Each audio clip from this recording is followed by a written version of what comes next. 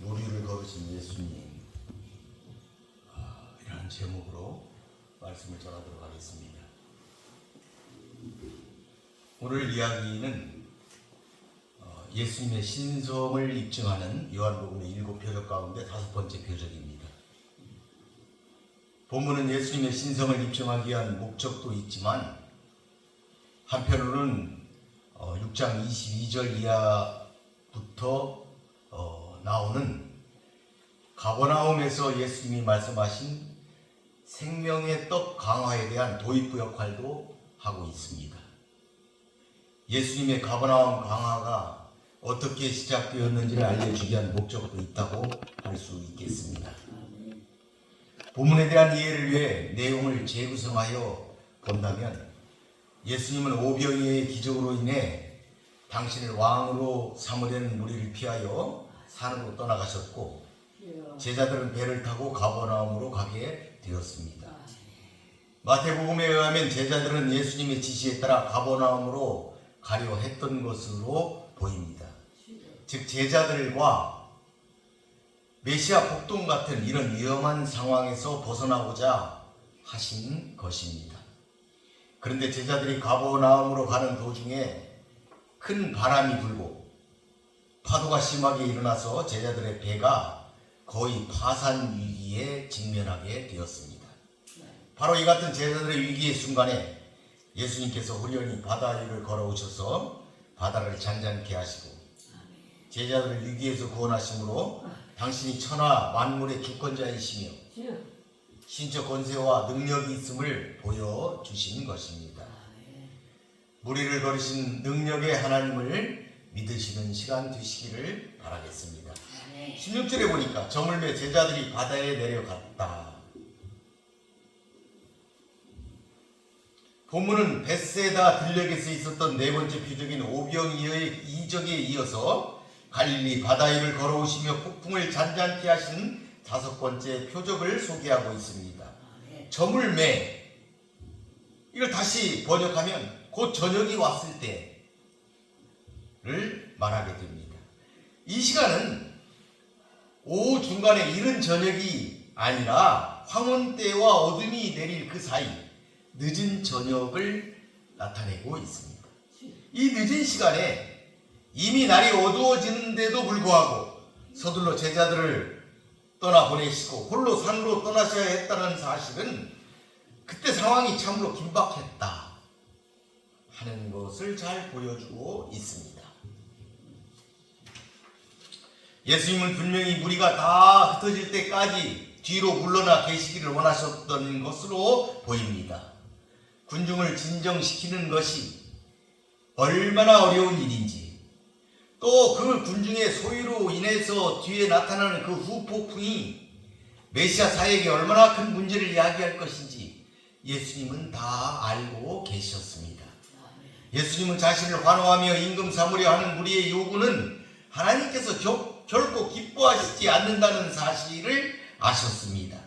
그래서 예수님은 서둘러 그 자리를 빠져나오시고 제자들도 무리들과 격리를 시키신 것입니다. 여러분도 사시면서 다른 사람들의 환호를 받을 때가 있을 것입니다. 그 이면에 그 뜻을 잘 살펴서 자신을 지키시는 성도가 되시기를 바라겠습니다. 17절에 보니까 배를 타고 바다를 건너 가버나움으로 가는데 이미 어두웠고 예수님은 아직 그들에게 오시지 아니하셨더니 이미 어두웠다 이렇게 표현하고 있습니다.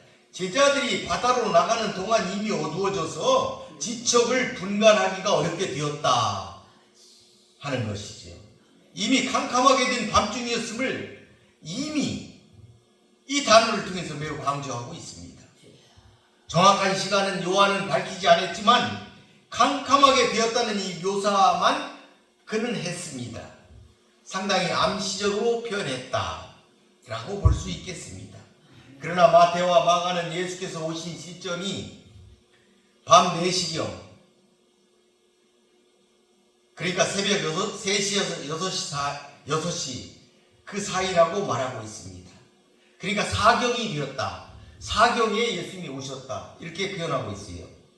그때 예수님은 마태복음 14장에 보면은 무리를 보내신 후에 기도하러 따로 산에 올라가시니라.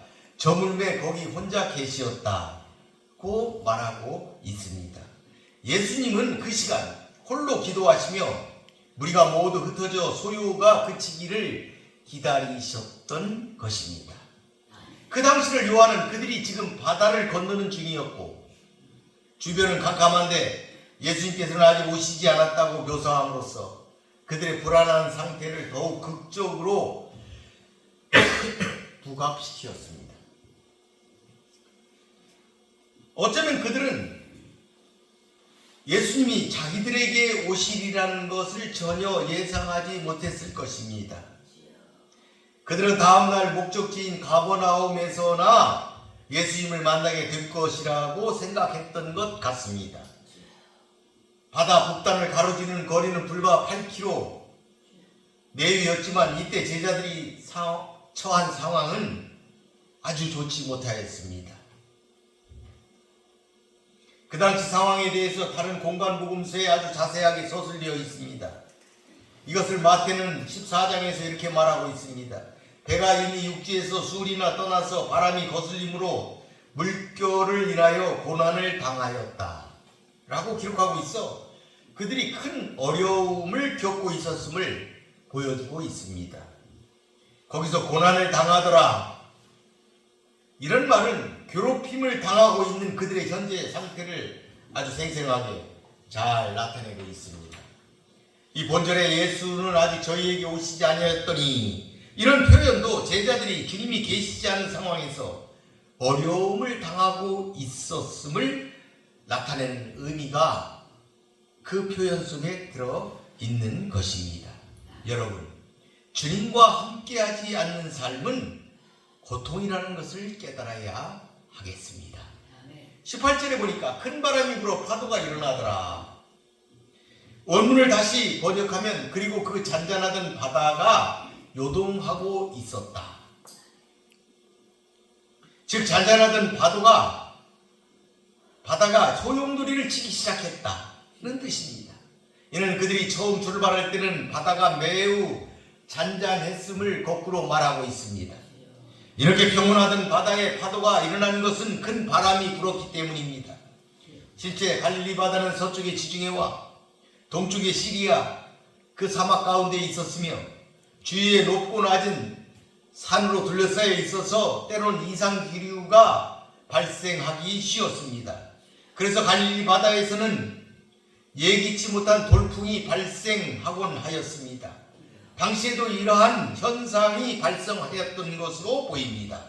어두운 밤에 그들로서는 감당하기 힘든 상황이 벌어졌으며 예수님이 계시지 않은 상황이어서 그들의 불안감이 더욱 고조되어 있었을 것입니다.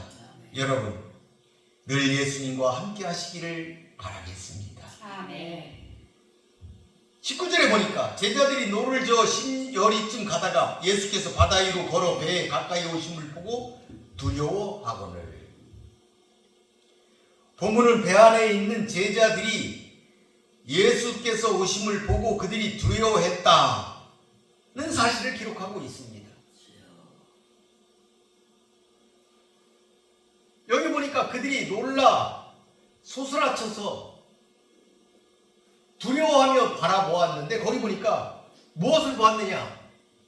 두 단어가 있습니다. 예수님께서 걸어 오셨다. 이 말은 돌아다닌다는 얘기입니다. 걸어 돌아다니는 것을 얘기합니다. 그러니까 예수님이 바다 위를 걸어 돌아다니셨다 이 말입니다. 얼마나 놀라운 일이겠습니까? 제자들이 볼 때 바다 위를 걸어 다니는 예수님. 그런데 또 한 가지는 오셨다 이랬어요. 오셨다. 걸어 다니시는 예수님이 자기들에게 가까이 오셨다 이 말입니다. 걸어 오셨다.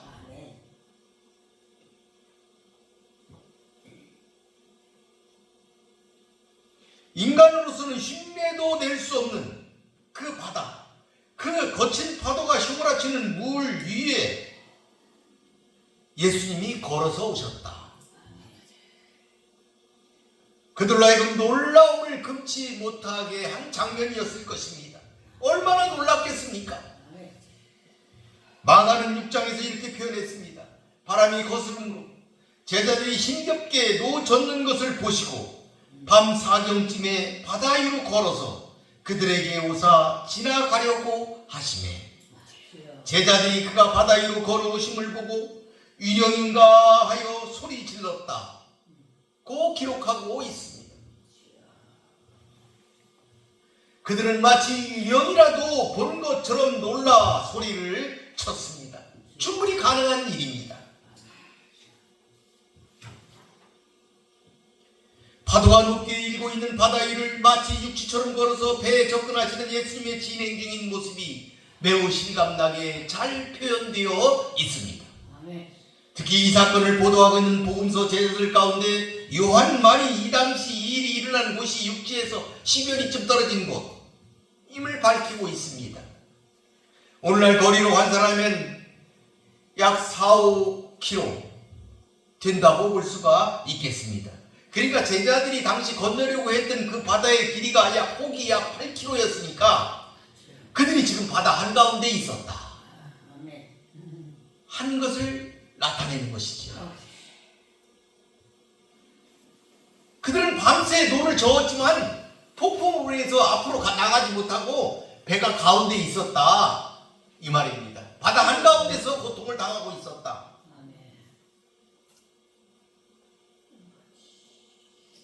바로 이곳으로 예수님께서 찾아오셨다.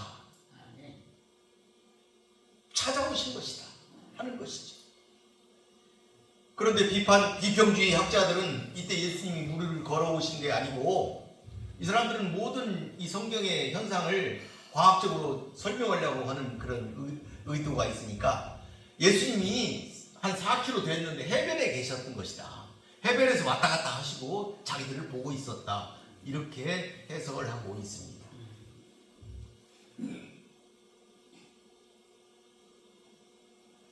그들은 말씀을 그대로 믿지를 않는다. 이렇게 볼 수가 있겠습니다.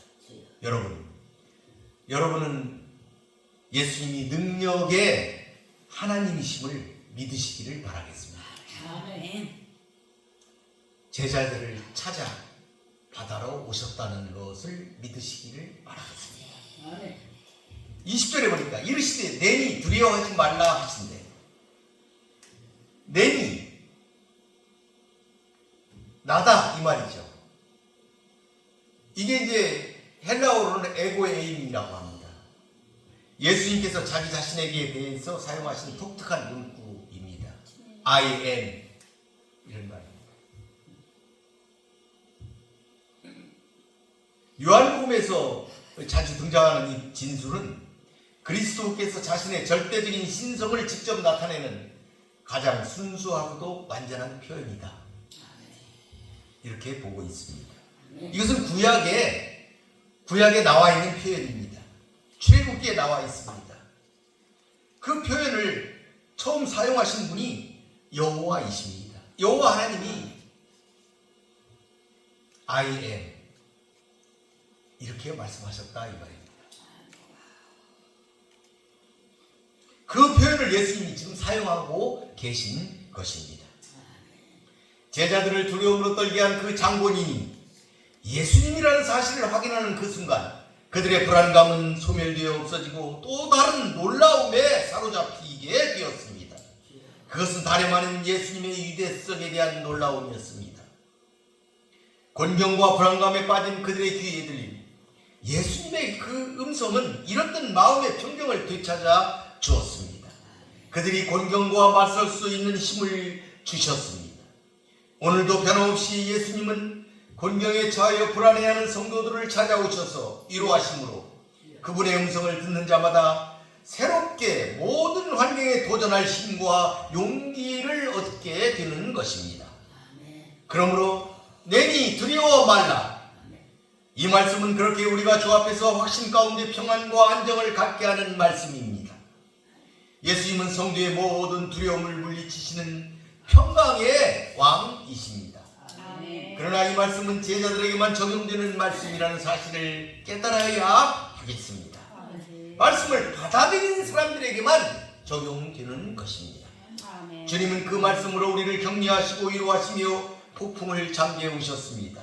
우리를 구원하시어 두려움의 원인을 제거해 주시는 것입니다. 이 말씀을 꼭 붙드시기를 바라겠습니다. 아멘. 21절에 보니까 이에 기뻐서 배로 영접하니 배는 곧 그들이 가려던 땅에 이르렀더라. 그들이 예수님을 배 안으로 영접하기를 기뻐하고 영접했습니다. 이것은 제자들이 그분이 예수님을 확인했기 때문입니다. 이제 예수님께서 제자들의 배에 오시자 그들을 괴롭히던 모든 상황은 그치고 그 배는 안전하게 목적지까지 이르렀음을 본문은 보여주고 있습니다. 즉 그들의 생명을 위협하던 거친 풍랑이 잠잠해지고 그들은 마침내 가려던 목적지에 무사히 이르게 되었습니다. 아멘. 이는 예수님의 임재가 어떤 결과를 가져다 주는지 보여줍니다. 아멘. 이 세상의 모든 만물과 법칙은 바로 그분의 지배 아래 있으므로 예수님과의 동행은 안전한 인생의 항해를 보장합니다. 아멘. 무사히 목적지에 이르게 되는 큰 보증이 되는 것입니다. 아멘. 여러분의 인생에 예수님을 영접하고 함께 동행하시기를 바라겠습니다. 아멘. 우리는 오늘 본문에서 몇 가지 영적 교훈을 얻을 수가 있습니다. 첫째는 예수 없는 인생은 어둠 속을 지나는 항해와도 같습니다. 예수 없이 자신만 믿고 어둠 속으로 떠나서는 위험하다 하는 말씀입니다. 사실 여기서 어둠이란 단순히 저녁의 어둠을 말하는 것이 아닙니다. 빛 대신 예수님을 알아보지 못하고 영접하지도 않는 악한 시대적 특성, 그것을 강렬하게 상징하고 있습니다. 그것이 어둠입니다. 그 어둠이 예수 없는 인생을 공격하는 것입니다. 그러나 그들의 능력으로도 폭풍우를, 어둠을 이길 수는 없었습니다. 어둠의 세력을 넘는 것은 어렵습니다. 우리는 여기서 예수 없는 인생이 얼마나 힘든 항해와 같은지를 깨달아야 합니다. 아멘. 이것은 다시 돌려 말하면 예수님이 우리 곁에 있어야 한다 하는 말씀입니다. 그는 우리의 능력이시고 그는 우리의 승리이시고 그는 우리의 기쁨이십니다. 아멘. 이러한 예수가 없다면 인생의 진정 평안이 있을 수가 없는 것입니다. 그럼에도 불구하고 이 시대는 여전히 예수님을 상실한 시대입니다. 예수를 알고 있는 사람은 많은데 예수를 마음에 모시고 살아가는 성도는 매우 드뭅니다. 성도 여러분, 믿는 성도라 해도 늘 불안과 공포와 실패와 좌절 속에 살아가는 사람이 얼마나 많습니까? 그 이유가 무엇입니까? 그 마음속에 진정 예수님을 모시고 살지 않기 때문입니다. 늘 예수님을 모시고 함께하는 성도가 되시기를 바라겠습니다. 둘째는 예수 없는 인생은 아무리 능력이 많아도 도움이 되지 못합니다. 제자들은 건장한 자들이었고 바다에 경험이 많은 노련한 백군들도 그 속에 있었습니다. 그래서 그들은 어두웠지만 자신 있게 바다로 나아갔던 것입니다. 그러나 여러분, 자신의 능력을 너무 과신하지 마십시오. 잠시 후 큰 바람이 불고 풍랑이 일자 유능한 뱃사람인 그들도 풍랑은 쉽지 않았습니다. 그들은 있는 힘을 다했지만 폭풍우 속을 건너지 못했습니다. 폭풍우가 더 강했기 때문입니다. 그들이 가진 능력이 아무런 도움이 되지 못했습니다. 자신의 힘으로 자기의 문제를 완전히 해결하지 못한 것입니다. 이것은 아무리 인간이 재주가 많고 일이 잘 풀려나간다 할지라도 결국에는 맞이하게 될 한계 상황에 대한 경고라고 풀이할 수가 있습니다. 그러므로 여러분, 자신을 의지하지 마십시오. 예수님을 의지하시는 여러분 되시기를 바라겠습니다. 셋째는 제자들이 풍랑을 만났을 때 찾아오신 분이 예수님이라는 사실입니다. 그들은 그때 바다 위를 걸어오시는 예수님을 보았습니다. 예수님은 그들이 어려움에 처했다는 사실을 아셨다고 그랬습니다. 성경에 보니까 보시고 그들이 풍랑 가운데 힘들게 있는 것을 보시고 그들에게 가신 것이죠. 우리에게도 이 예수님이 필요합니다. 그래요. 예수님만이 우리를 풍랑으로부터 구해줄 수 있는 분이시기 때문입니다. 그러므로 자신이 처한 풍랑 속에서 예수님을 부르시는 여러분 되시기를 바라겠습니다. 아멘. 예수님은 성도가 고난당하는 현장 어디든 찾아오십니다.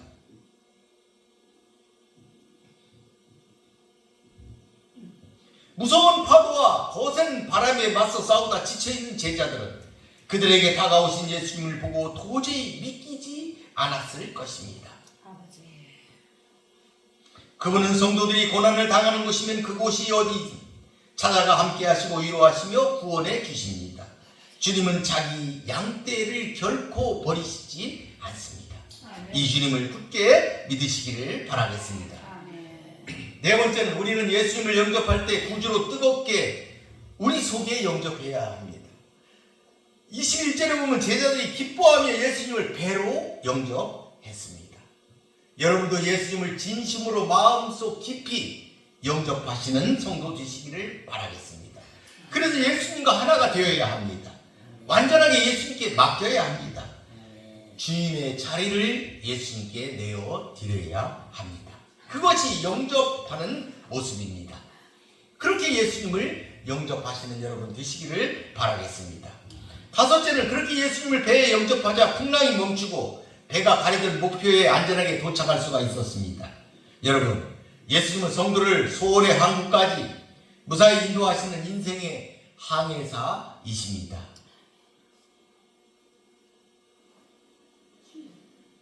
그렇게 예수님과 함께 여러분의 삶을 만드시는 성도가 되시기를 바라겠습니다. 아멘. 오늘 본문을 다시 한번 우리에게 주는 교훈을 다시 한번 바꿔서 생각해 보겠습니다.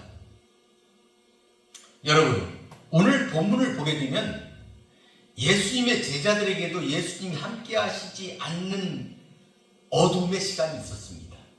그러니까 예수님의 제자들, 늘 함께하는 제자들에게도 예수님과 함께하지 않는 어둠의 시간이 있었다. 예수님은 계시지 않고 어둠은 몰려오고 갈 길은 먼 참으로 암담한 상황이 그들 앞에 펼쳐졌습니다. 그리고 기겁고 큰 바람과 파도 앞에 온몸으로 맞서야 하는 최악의 상황까지 가게 된 것이지요. 모든 것이 끝장이라는 절망의 순간까지 다다랐습니다. 그러나 그때 예수님은 그들을 외면하지 않으시고 찾아와 주셨습니다. 여러분, 이러한 절망의 순간에 그들은 예수님을 만났는데 그들은 예수님을 어떻게 대했을까요? 그냥 평소와 똑같이 스승으로만, 자기들의 랍비로만 생각했을까요? 아닙니다. 바로 이러한 절망의 긴박한 순간을 통해 그들은 예수님에 대한 인식의 지평을 넓혀간 것이죠. 예수님은 단순히 자기들의 좋은 선생님이 아닌 인생의 구주임을 깨달을 수 있었던 것입니다. 사랑하는 성도 여러분,